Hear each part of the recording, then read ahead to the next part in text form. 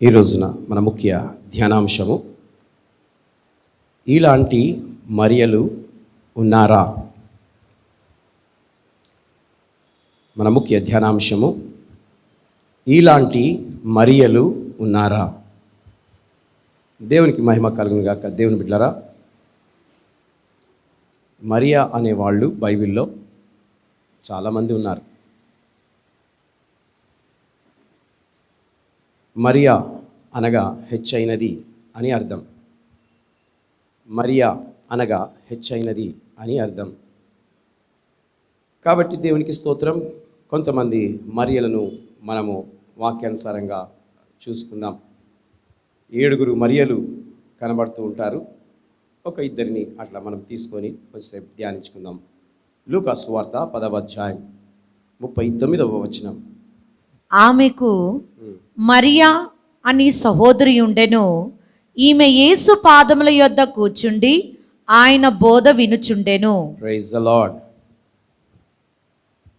ఆమెకు అనగా మార్తకు మరియా అను సహోదరి ఉండెను.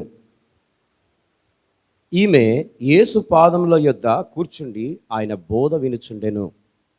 దేవుని బిడ్డలారా, ఈ యొక్క మరియా యేసుక్రీస్తు యొక్క బోధ వింటూ ఉందట. యేసు ప్రభుల వారు మార్తా మరియల ఇంటికి రావడం జరిగింది. అప్పుడు ఆ యొక్క మరియా,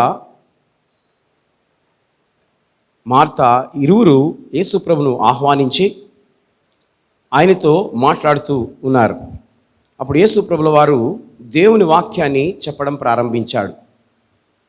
దేవుని వాక్యం చెప్పడం ప్రారంభించగానే మార్తా వంటగదిలోనికి వెళ్ళిపోయింది. యేసు ప్రభు వచ్చాడు కదా, యేసు ప్రభుకు చక్కటి భోజనం సిద్ధపరుస్తాము అని చెప్పి ఆమె వంటగదిలోనికి వెళ్ళిపోయినట్లుగా మనం వాక్యంలో మనం చూస్తాం. ఆమె పని చేస్తూ ఉంది, కానీ మరియ మాత్రము దేవుని వాక్యాన్ని వింటూ ఉంది. దేవుని బిడ్డలారా, పని ఎప్పుడూ మనుషునికి ఉంటూనే ఉంటుంది, కానీ దేవుని వాక్యం వినడము చాలా గొప్ప విషయం. దేవుని వాక్యం వినడము చాలా ప్రాముఖ్యమైంది.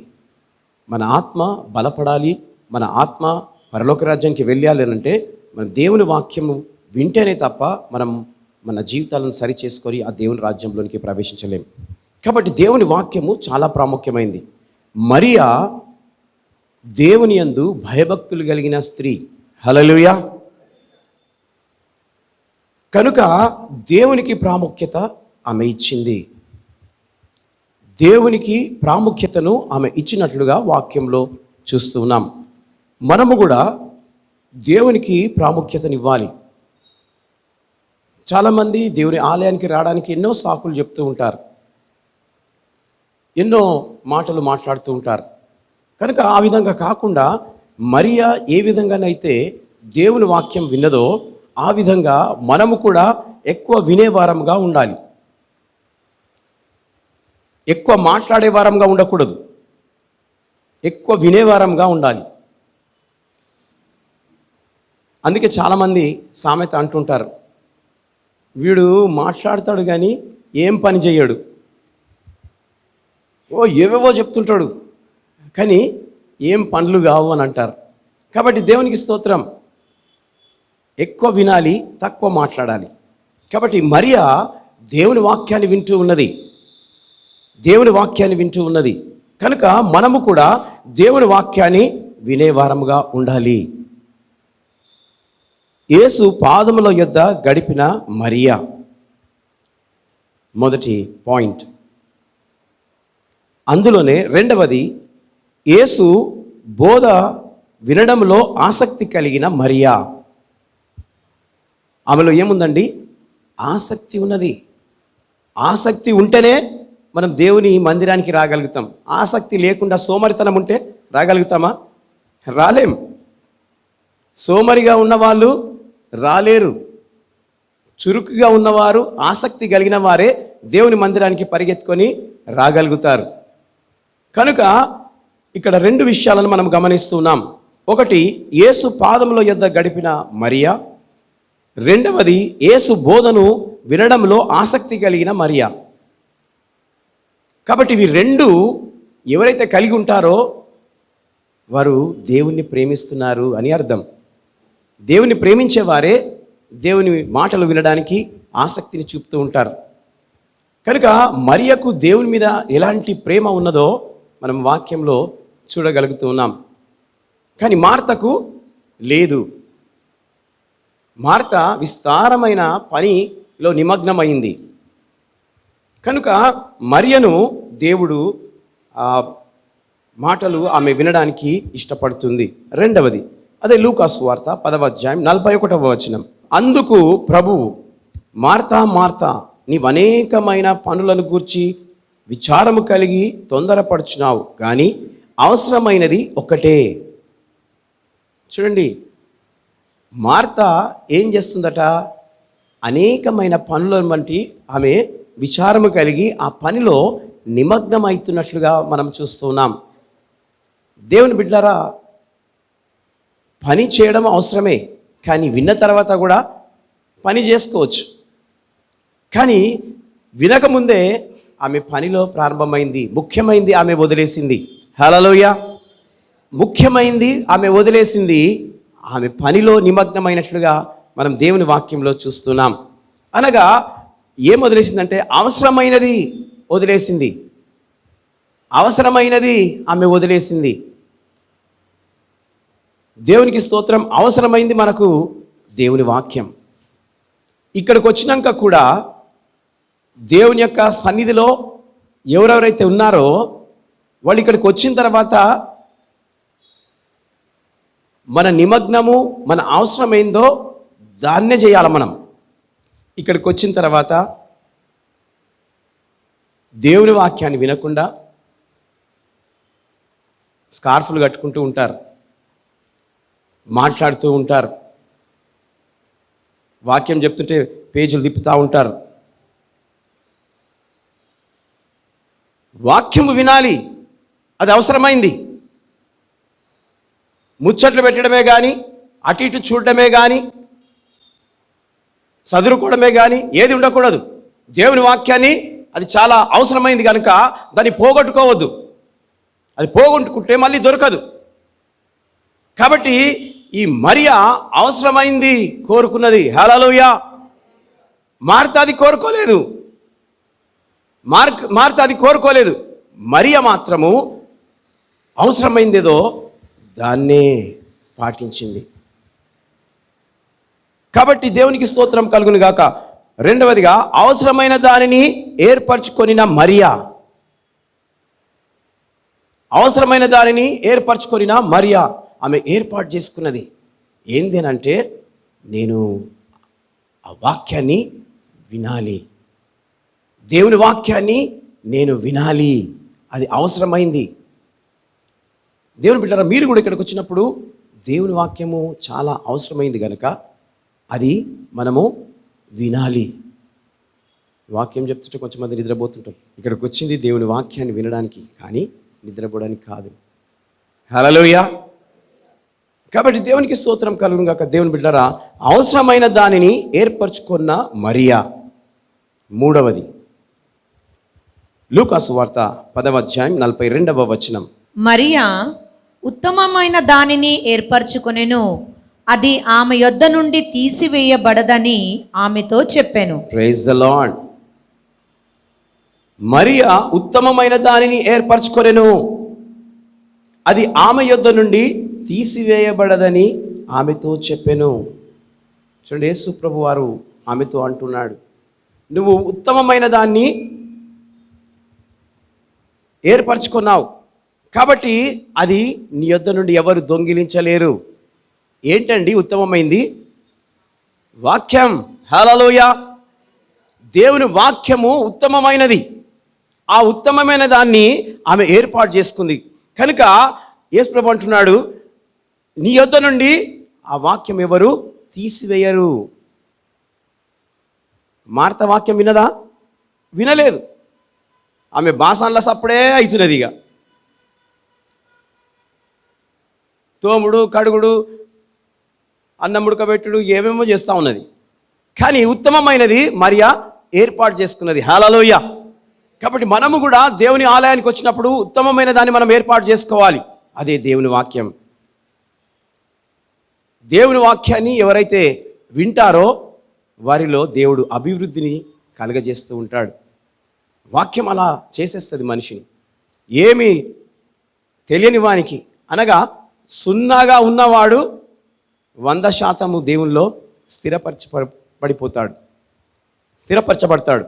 కాబట్టి దేవుని వాక్యము ఆ విధంగా మనిషిని మార్చివేస్తుంది. కనుక దేవుని వాక్యాన్ని మనము వినాలని ప్రభువు ఈ మాటల ద్వారా మనకు సెలవిస్తూ ఉన్నాడు. ఉత్తమమైన దానిని ఏర్పరచుకొనిన మరియా, ఉత్తమమైన దానిని అంటే ఇంపార్టెంట్ కలిగింది, గొప్పది ఏర్పాటు చేసుకున్నది. కాబట్టి ఆమె పేరు భూప్రపంచమంతా పాకింది. ఇప్పుడు క్రిస్మస్ సెలబ్రేషన్ జరగనయింది. ఈ డిసెంబర్లో అడుగు పెట్టేశాం. కాబట్టి అందరూ క్రిస్మస్ సంతోషము వారికి అందరికీ లభిస్తుంది. చాలామంది షాపింగ్ చేస్తూ ఉన్నారు.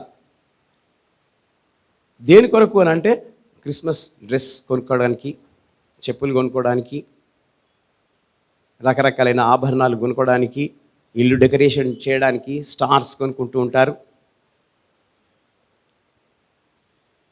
కాబట్టి దేవునికి స్తోత్రం. మరి ఉత్తమమైన దాన్ని ఏర్పరచుకొనిన మరియా.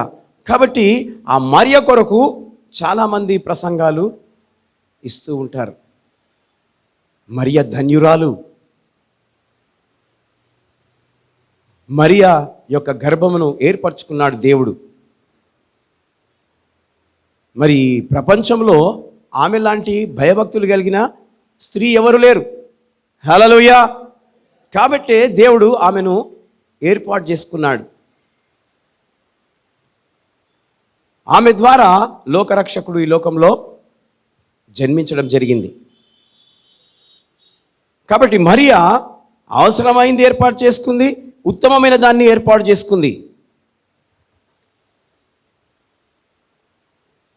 మగ్ధలేని మరియ ఉంది. బైబిల్లో చెప్పాను కదా 7 మరియలు ఉన్నారని. ఆ మగ్ధలేని మరియ ఏమైంది అని అంటే 7 దయ్యాలు పట్టినాయి. దేవుడు ఆమెకు విడుదలనిచ్చాడు. హల్లెలూయా. అది లూకా సువార్త 8వ అధ్యాయం 2వ వచనంలో రాయబడ్డది. చూడండి ఒకసారి.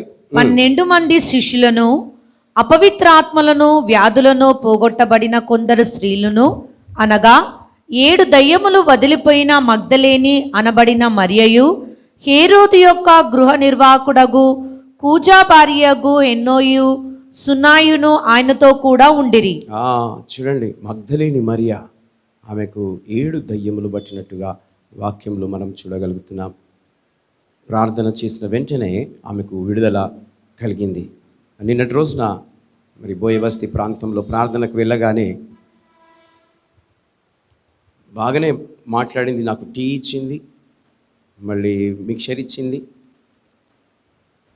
సరే సిస్టర్, నేను వెళ్తాను ప్రార్థన చేసి అని చెప్పేసి తన భర్త తన దగ్గర నిలబడి ప్రార్థన చేయగానే ఆమె లోపలికి వెళ్ళి గొప్ప శక్తి బయటికి వెళ్ళి అట్లనే కింద పడిపోయి పొరలాడింది. వాళ్ళ భర్త ఆశ్చర్యపోయాడు. ఆమె పడిపోయి చాలాసేపటి దాకా లేవలేదు. తన భర్త అంటున్నాడు, పాస్టర్ గారు లేపండి అని అంటే, నన్ను లేస్తుంది బ్రదర్, జరసేపు ఉండండి అని మళ్ళీ ప్రార్థన చేసిన. ప్రేయర్ వాటర్ చల్లగానే లేచి కూర్చుంది. దేవునికి స్తోత్రం కలుగును గాక. దేవుని బిడ్డరా, ఎవరైతే యేసుక్రీస్తుని నమ్మిన తర్వాత పరిశుద్ధాత్మ శక్తిని పొందుతారో దేవుడు ఆ ధైర్యాన్ని ఇస్తాడు. దయ్యాల మీద అధికారం, రోగాల మీద అధికారం, సమస్యల మీద అధికారం ఇచ్చి ప్రార్థన చేసిన వెంటనే వారికి స్వస్థత దేవుడు అనుగ్రహిస్తూ ఉంటాడు. కాబట్టి దేవునికి మహిమ కలుగును గాక. దేవుని బిడ్డరా, ఇక్కడ మరియ విషయమై మనం ఆలోచిస్తున్నాం. ఇలాంటి మరియలు ఉన్నారా? ఇలాంటి స్త్రీలు ఉన్నారా? దేవుని యందు భయభక్తులు కలిగిన వారు, దేవుని మాటను వినాలని ఆశ కలిగిన వారు, ఆసక్తి కలిగిన వారు. నిజమే, ఆ విధంగా ఉన్నవారిని దేవుడు ఆశీర్వదిస్తాడు. మనకున్న విశ్వాసము, మనకున్న సహవాసాన్ని మనం ఎప్పుడు పోగొట్టుకోకూడదు. ఫెలోషిప్ కావాలి. మనుషులకు. ఫెలోషిప్ లేకపోతే ఎంతోమంది క్రీస్తును వదిలేసి పాపానికి దోస్తీ అయిపోయినారు. అందుకే సహవాసము చాలా ప్రాముఖ్యమైంది. దేవుని వాక్యం వింటూ ఉంటే దేవుడు ఎక్కడ మాట్లాడతాడో తెలుసా? హృదయంతో మాట్లాడుతుంటాడు. హృదయము మైండ్కి తీసుకొస్తుంది. అరే, హృదయంతో ఫస్ట్ మాట్లాడతాడు దేవుడు వాక్యంతో. ఆయన తర్వాత మైండ్ పనిచేస్తుంది. అవును, నేను దారి తప్పిపోయినా, నేను క్రీస్తులో ఉన్నప్పుడు ఎంత బలంగా ఉన్నా, దారి తప్పినా అన్ని లేనిపోని చిక్కులు, లేనిపోని సమస్యలు నాకు వచ్చేసాయి. కాబట్టి ఎప్పుడు మనం దేవుని నుండి దూరం కావద్దు, సహవాసం నుండి, సంఘం నుండి దూరం కావద్దు. ఎప్పుడైతే అవుతామో మన మైండ్ కూడా డిస్టర్బ్ అయిపోతుంది. ఇండ్లలో సమస్యలు వచ్చేస్తాయి, కొట్లాటలు వచ్చేస్తాయి. అనేక రకమైన దుష్టుడు మన లోపల ప్రవేశించి నిన్ను గలిబిలి చేస్తాడు. దేవునికి దగ్గరగా ఉన్న నిన్ను దూరంగా తీసుకొని వెళ్తాడు. కనుక ప్రియమైనటువంటి దేవుని సంగమా, దేవుని బిడ్డలారా, ఈ రోజున దేవుడు ఇలాంటి మరియలు ఉన్నారా అని మాట్లాడుతూ పురుషులతో, స్త్రీలతో మాట్లాడుతూ ఉన్నాడు. మరియ దేవుని యందు భయభక్తులు కలిగి ఉన్నది. కాబట్టి నీవు దేవుని యందు భయభక్తులు కలిగి ఉంటే దేవుడు నిన్ను ఆశీర్వదిస్తాడు. 4వది, యోహాను సువార్త 11వ అధ్యాయం 32వ వచనం.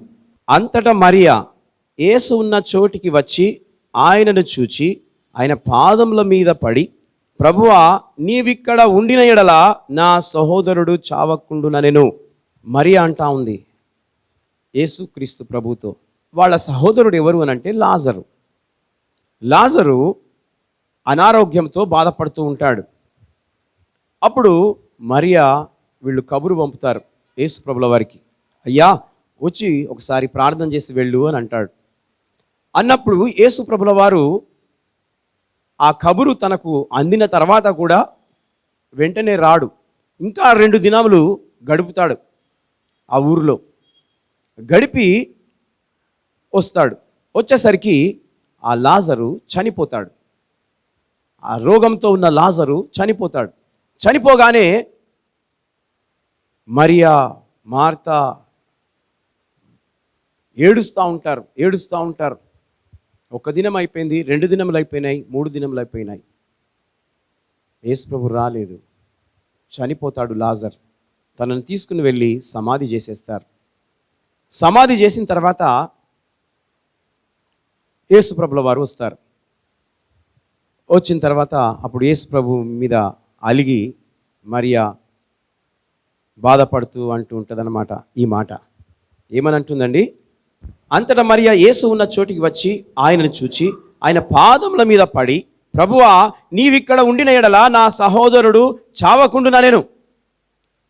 లాజరు చావకపోతుండే, నువ్వు ఇక్కడ ఉండినుంటే నీ ప్రార్థన ద్వారా ఆయన బాగుపడుతుండే, కానీ చనిపోయాడు. అంటే యేసు ప్రభును అర్థం చేసుకున్నది మరియా అంతే. యేసు ప్రభులో ఎంత శక్తి ఉన్నదో ఆమె గమనించలేదు. హల్లెలూయా. యేసు ప్రభుల వారు చనిపోయిన వారిని సహితము ఆయన లేపగల శక్తి ఆయన లోపల ఉన్నది. ఆమె కళ్ళు తెరవబడ్డానికి యేసు ప్రభుల వారు ఆ సమాధి దగ్గరికి వెళ్ళి ఆ మూత వేయబడిన రాయిని తొలగించమని చెప్పి, లాజరు లేచి బయటికి రా అంటాడు. మాటలో పవర్. హల్లెలూయా. లాజరు టక్కుమని లేచి బయటికి వస్తుంటాడు. అందరూ అక్కడ చూసిన వారు ఆశ్చర్యపోతారు. దేవుని బిడ్డలారా, నీవు కూడా ఆ విధంగా అనేక సమస్యలతో పడి ఉన్నావేమో. ఈరోజు దేవుడు యేసు దగ్గరికి లేచిరా. హల్లెలూయా. దేవుడు గొప్ప విడుదలనిస్తాడు. మనకు తెలియదు ఎలా మనము అందులో నుంచి బయటికి వస్తాము, ఎలా బయటపడతాము. కానీ యేసు ప్రభు చనిపోయిన వారిని లేచి బయటికి రా అనేసరికి ఆయన సమాధిలో నుండి లేచి అదే కట్ల మీద బయటికి వచ్చేస్తాడు. అయినగా ఆయన మాటలో శక్తి. నేను కేవలం యేసుక్రీస్తు నామం పేరు తీసుకొని ఆ దయ్యాన్ని గద్దించగానే ఆమె కింద పడిపోయింది. భర్త పడలేదు. ఆమె లోపల దుష్టశక్తి ఉన్నది కాబట్టి ఆమె కింద రాలిపోయింది. మాటలో శక్తి. కనుక ప్రియమైనటువంటి దేవుని సంగమా, దేవుని బిడ్డలారా, దేవుడు నాకు ఒక్కనికే శక్తి ఇస్తాడని నేను అంటలేను. మీరందరూ కూడా దేవుని ఆత్మచేత నింపబడితే అందరికీ దేవుడు శక్తిని ఇస్తాడు. హల్లెలూయా. అప్పుడు ఎంతమంది దేవుని మందిరానికి రాగలుగుతారు? మీరు ప్రార్థన చేస్తే వేరే వాళ్ళు స్వస్థత అయితే వాళ్ళు నువ్వు ఎక్కడ వెళ్ళి ఈ ప్రార్థన నేర్చుకున్నావు, ఏ సంఘానికి వెళ్తావు అంటే పలానా సంఘం అంటే వాళ్ళు పరిగెత్తుకొని ఆలయానికి వస్తారు. కనుక దేవుని బిడ్డల ఆ విధంగా మనము సువార్తను పంచేవారంగా ఉండాలి. సువార్త అంటే మంచి మాటలు, మంచి మాటలు అనగా యేసుక్రీస్తు మాటలు మనం చెప్తే వారు దేవుని మందిరానికి నడిపించబడతారు. కనుక మనం ఆ విధంగా ఉండాలని దేవుని వాక్యము చెప్తూ ఉంది. లూకా సువార్త 7వ అధ్యాయం 47వ వచనం. ఇక్కడ ఒక స్త్రీని చూస్తాం మనం. ఆమె ఏం చేస్తుందో చూడండి. Luke 7th chapter 47th verse. ఆమె విస్తారముగా ప్రేమించెను గనక ఆమె యొక్క విస్తార పాపములు క్షమింపబడనని నీతో చెప్పుచున్నాను. ఆమె ఎలా ప్రేమించిందట? ఎలా ప్రేమించింది? విస్తారముగా ప్రేమించింది యేసు ప్రభును. ఆమె ఏం చేస్తుంది? ఆమె పాపము చేస్తుంది. ఆమె పాపము చేసి అనేక సమస్యలకు గురైపోయింది. అప్పుడు ఆమెకి ఏమీ తోచలేదు. యేసు ప్రభు యొక్క పాదముల మీద పడి కన్నీటితో పాదాలను తడిపి తల వెంట్రుకలతో తాను పాదాలను తుడిచింది. హల్లెలూయా. అందరు అన్నారు, హే పో, నువ్వేంది యేసు ప్రభు తినే టైంలో వచ్చి కాళ్ళు కడుగుతున్నావు, తుడుస్తున్నావు అని శిష్యులు గద్దిస్తున్నారు. యేసు ప్రభు అంటాడు, ఆమె నా భూస్థాపన కార్యక్రమం కొరకు మంచి కార్యము చేస్తుంది. ఆమె విస్తారమైన పాపం చేసింది. ఆమె పాపములను నేను క్షమిస్తున్నాను. ఇలా ప్రేమించి చేసిన స్త్రీ ఎవరు బైబిల్లో లేరు. హల్లెలూయా. ఈమె చేసింది, ఆ స్త్రీ చేసింది. యేసు ప్రభు సేవకుణ్ణి ఎంతగా ప్రేమిస్తే అంతగా వారి కష్టాల నుండి విడుదల వారికి దొరుకుతుంది. హల్లెలూయా. దేవునికి సాదృశ్యం దేవుని సేవకుడు. యేసయ్యకు సాదృశ్యం దేవుని సేవకుడు. దేవుని సేవకుడు దేవుని వాక్యాన్ని బోధిస్తూ మనుషులను సన్మార్గంలో నడిపిస్తూ ఉంటాడు, అనగా మంచి మార్గంలో నడిపిస్తూ ఉంటాడు. కాబట్టి కాపరిని మనం ప్రేమించే వారంగా ఉండాలి. అప్పుడు మీ విస్తారమైన పాపములు, విస్తారమైన కష్టాలు, విస్తారమైన సమస్యలు తొలగిపోతాయి. హల్లెలూయా. యేసు ప్రభును ప్రేమించింది ఆ స్త్రీ. కాబట్టి దేవుడు ఆమెను క్షమించినట్లుగా వాక్యంలో మనము చూస్తున్నాం. నిరీక్షణ కలిగిన మరియా, నిరీక్షణ కలిగిన మరియా. 5వది యోహాను సువార్త 11వ అధ్యాయం 5వ వచనం. యేసు మార్తను ఆమె సహోదరిని లాజరును ప్రేమించెను. లాజరును యేసు ప్రభు ప్రేమించాడు. ఆయన ఎవరి సహోదరుడు? మరియా మార్తల సహోదరుడు. కాబట్టి యేసు ప్రభుల వారు అందరినీ ఒకే విధంగా ఆయన ప్రేమించే దేవుడు. ముగ్గురిని ప్రేమిస్తున్నాడు. Jesus loved 3 of them. Maria, Martha, సహోదరుడైన లాజరు. దేవునికి మహిమ కలుగును గాక. దేవుని బిడ్డలారా, మరి దేవుడు ఈ రోజున ఈ యొక్క మాటలను మాట్లాడుతూ ఇవన్నీ కూడా మనకు తెలియజేస్తూ ఉన్నాడు. ఇలాంటి మరియలు ఉన్నారా? యేసు పాదముల యొద్ద గడిపిన మరియా, యేసు బోధ వినడంలో ఆసక్తి కలిగిన మరియా, అవసరమైన దానిని ఏర్పరచుకొనిన మరియా, ఉత్తమమైన దానిని ఏర్పరచుకొనిన మరియా, ఎన్నడూ తీసివేయబడనిది ఏర్పరచుకొనిన మరియా, నిరీక్షణ కలిగిన మరియా. దేవునికి స్తోత్రం. దేవుని బిడ్డలారా, దేవుడు ఈరోజు మరియ విషయమై మనం ధ్యానిస్తూ ఈ మాటలను మనం వినగలుగుతున్నాం. కాబట్టి మనము ఆ మరియ లాంటి భయభక్తులు కలిగి ఉన్నట్లయితే మనని కూడా దేవుడు హెచ్చిస్తాడు. హల్లెలూయా. మరియా అంటే హెచ్చైనది అని అర్థం. కాబట్టి మనం కూడా హెచ్చింపబడాలి అని అంటే మరియ లెక్క మనము దేవుని యందు భయభక్తులు కలిగి ఉండాలి. చాలామంది పేర్లు మరియా అని పెట్టుకుంటారు, కానీ మరియ లెక్క ఉండరు, మరియ లెక్క ఉండరు. కాబట్టి పేరుకు తగినట్లు జీవించాలని ఈ మాటలు చెప్తూ ముగిస్తున్నాను. దేవుడి మాటలు దీవించి ఆశీర్వదించును గాక.